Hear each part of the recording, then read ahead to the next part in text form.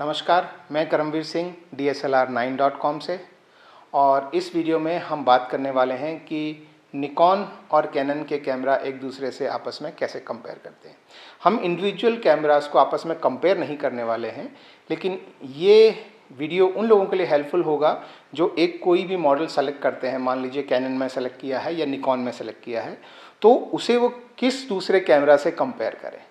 जैसे मान लीजिए यदि आपने 5300 जो है वो निकॉन में एक कैमरा सेलेक्ट किया है, तो अब वही आप कैनन में अगर देखना चाहेंगे कि उससे कौन सा कैमरा कंपेयर होता है, तो किस कैमरा से आप उसे कंपेयर करें, इस प्रश्न का उत्तर जो है वो आपको इसमें मिलेगा। कैनन और निकॉन दोनों के DSLR में जो है वो दो रेंज है, एक APS-C सेंसर रेंज है और एक फुल फ्रेम सेंसर रेंज है। तो फुल फ्रेम वाले जो कैमरा हैं वो हमेशा महंगे होते हैं। आई थिंक आपको सस्ता कैमरा लगभग 80,000 के आसपास से शुरू होगा, और APS-C रेंज में आपको सस्ता कैमरा लगभग 20-25 हज़ार के बीच की रेंज में भी आपको मिल सकता है। तो APS-C थोड़ा सा चीपर रेंज है, क्योंकि उसका sensor size as compare to full frame जो है छोटा होता है। उसका 24x16 का सेंसर होता है और फुल फ्रेम का जो है 36x24 का सेंसर होता है। काफ़ी जो है बड़ा सेंसर होता है। तो शुरू करते हैं APS-C सेंसर रेंज में जो बिगिनर्स कैमरा हैं, वहाँ से हम शुरू करते हैं। सबसे पहली जो कैनन में जो रेंज है बिगिनर्स रेंज, वो शुरू होती है 1200D या 1300D से। तो 1200D जो है वो थोड़ा सा पुराना कैमरा है, उसे रिप्लेस किया है 1300D ने। तो ये जो है ये बिगिनर्स कैमरा है कैनन में। यही अगर हम निकॉन में बात करें तो निकॉन में D3400 और D3500 ये जो है ये बिगिनर्स हैं। आप अगर इनमें से कोई कैमरा खरीदना चाहते हैं तो आपस में इन चार कैमरा में से जो भी चूज़ करें, एक दूसरे से कंपेयर करके और चूज़ करें जो भी बिगिनर्स आप खरीदना चाहते हैं। अब थोड़ा सा उससे आगे बढ़ें तो बिगिनर से इंटरमीडिएट लेवल की तरफ जाएं, तो वहाँ पे जो कैमराज आते हैं नॉर्मली 5 जो है वो बेसिक कैमराज हैं इसमें, जिसमें कैनन में जो है 700D या 750D जो है वो बहुत कॉमन है। ये जो है बिगिनर से थोड़े से एडवांस लेवल के कैमराज हैं, थोड़े से एडिशनल जो है वो फीचर्स हैं, क्वालिटी अच्छी है। और निकॉन की साइड में आप जाएं तो जो है निकॉन में है 5300 से रिप्लेस किया 5500, और अभी रिसेंटली उसे रिप्लेस किया है 5600।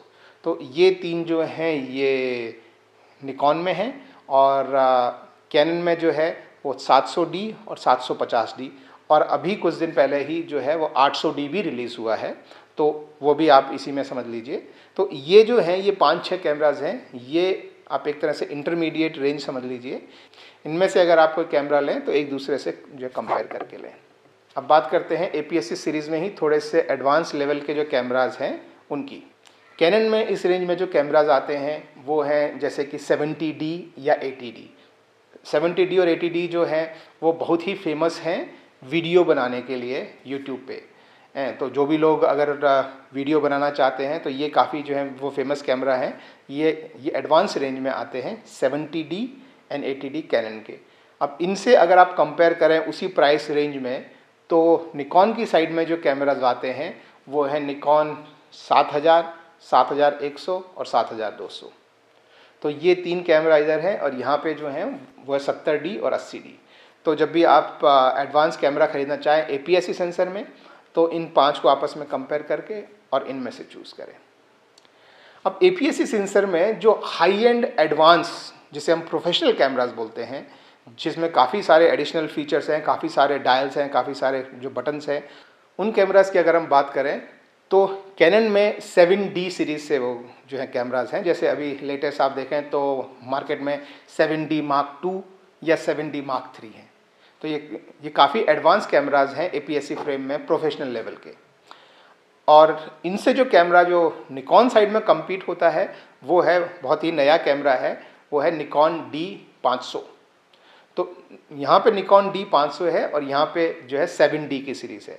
तो अगर आपको एकदम प्रोफेशनल और महंगा लेकिन APS-C सीरीज़ में कैमरा चाहिए तो ये दो कैमरा आप इन दोनों में से जो है वो आप चूज़ कर सकते हैं। अब बात करते हैं फुल फ्रेम कैमरा की।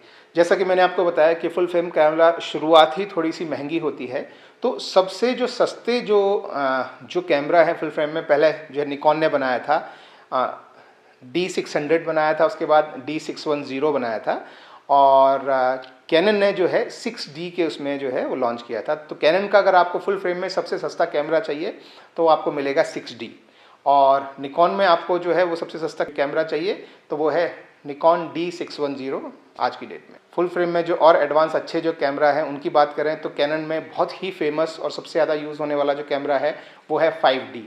उसमें पहले 5D Mark 1 देन Mark 2 इस तरह से जो है सीरीज़ आई हैं। और निकॉन साइड में जो है अभी उसमें जो अवेलेबल है वो है निकॉन D750 या निकॉन D750। तो 5D की सीरीज़ जो है, जो भी आप जो लेटेस्ट सीरीज़ है या उससे जो जस्ट पुराना वाला है 5D Mark 3 या 5D Mark 2, उसको अगर आप कंपेयर करें तो आप उसे कंपेयर करें निकॉन के D750 के साथ। ये दोनों ही काफ़ी एडवांस कैमरा हैं और काफ़ी एक्सपेंसिव कैमरा हैं। इसके बाद इनसे और भी जो हायर जो रेंज है वो है हाई रेजोल्यूशन रेंज। यानी ये सारे अभी तक हमने जो कैमराज बात किया वो नॉर्मली 18 मेगापिक्सल, 20 मेगापिक्सल, 24 मेगापिक्सल, ज़्यादातर 24 मेगापिक्सल की रेंज में है। लेकिन अभी जो मैं कैमरा में बोल रहा हूँ वो उससे भी हायर रेंज में है। जैसे कि निकॉन का जो है 810 जो कैमरा है D810 या D810, वो 36 मेगापिक्सल का कैमरा है और काफ़ी एडवांस और बहुत ही अच्छी क्वालिटी की पिक्चर देता है। अगर आप मैरिज फोटोग्राफर हैं या इवेंट फोटोग्राफर हैं तो आपको शायद इससे अच्छा कैमरा कोई ना मिले। उससे जो कम्पीट करता है कैमरा वो है कैनन का D5S। D5X जो है वो 50 मेगापिक्सल का कैमरा है। फुल फ्रेम 50 मेगापिक्सल का कैमरा बहुत ही अच्छा कैमरा है और बहुत ही जो है बढ़िया फोटोग्राफी करता है। यदि आपको इस तरह का हाई रेजोल्यूशन कैमरा चाहिए, आपको बड़े बड़े होर्डिंग्स बनाने के लिए या आपको इंटरनेट पे अपने पिक्चर सेल करने हैं जहाँ से कोई भी जो है वो बहुत बड़े बड़े प्रिंट आउट बनाने के लिए डाउनलोड कर सकता है, तो आप इन दोनों में से जो है वो कैमरा चूज़ करें। आखिर में एक जो है वो प्रोफेशनल सीरीज़ रह गई है। ये प्रोफेशनल सीरीज़ आम लोगों के लिए जो है वो नहीं है, ये सिर्फ उन लोगों के लिए है जो बहुत बाहर जाके वो बहुत ही डिफरेंट कंडीशंस में जो है प्रोफेशनल्स हैं जो फोटोग्राफी करते हैं।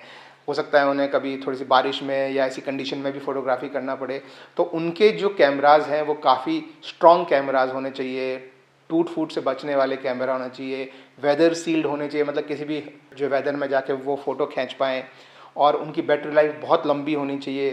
तो इस तरह के जो प्रोफेशनल जो कैमराज हैं वो बहुत एक्सपेंसिव कैमराज हैं फुल फ्रेम में।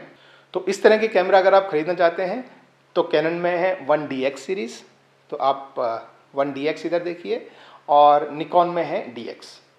तो इस तरह के जो है वो कैमरा अगर आप ख़रीदना चाहें तो कैनन में है 1DX और निकॉन में है DX कैमरा। तो ये सारे जो कैमराज हैं ये आपस में एक दूसरे से जो है वो कम्पीट करते हैं। बहुत से लोग मुझसे क्वेश्चन पूछते हैं कि मैं बिगिनर हूँ, मैं कौन सा कैमरा खरीदूँ, कैनन या निकॉन। मेरा आंसर सबको जो होता है वो ये होता है कि अपनी प्राइस के हिसाब से आप कैनन या निकॉन दोनों में से कोई भी कैमरा लीजिए, बहुत अच्छे कैमराज हैं। आप पहले अपनी प्राइस रेंज डिसाइड कीजिए और उस रेंज में आपको जो सबसे अच्छा कैमरा मिलता है वो आप खरीदिए। लेकिन मेरा ये मानना है कि फोटोग्राफी में जो है नंबर 1 पे जो चीज़ आती है वो है लाइटिंग कंडीशन, लाइट, प्रकाश। आप किस लाइटिंग कंडीशन में आप फोटो खींचना चाहते हैं और क्या लाइटिंग है, हार्श लाइटिंग है, स्मूथ लाइटिंग है, फोकस लाइटिंग है, डे लाइट है, नाइट लाइट है, अंधेरे में आप फोटो खींचना चाहते हैं, तो वो थोड़ा सा देख के और अपने प्राइस के हिसाब से आप एक कैमरा डिसाइड करें और ध्यान दें लेंस पे। पहली चीज़ प्रकाश है, दूसरी चीज़ जो है लेंस है, और तीसरी चीज़ आपका कैमरा है। प्लीज़ ये बात आप थोड़ा सा ध्यान से समझ लें। Lens is more important then your camera. Camera अगर आप बेसिक कैमरा भी होगा लेकिन उस पर अगर आपने बहुत अच्छा लेंस लगाया है तो आप इतनी अच्छी फ़ोटो खींच सकते हैं बेसिक कैमरा से भी।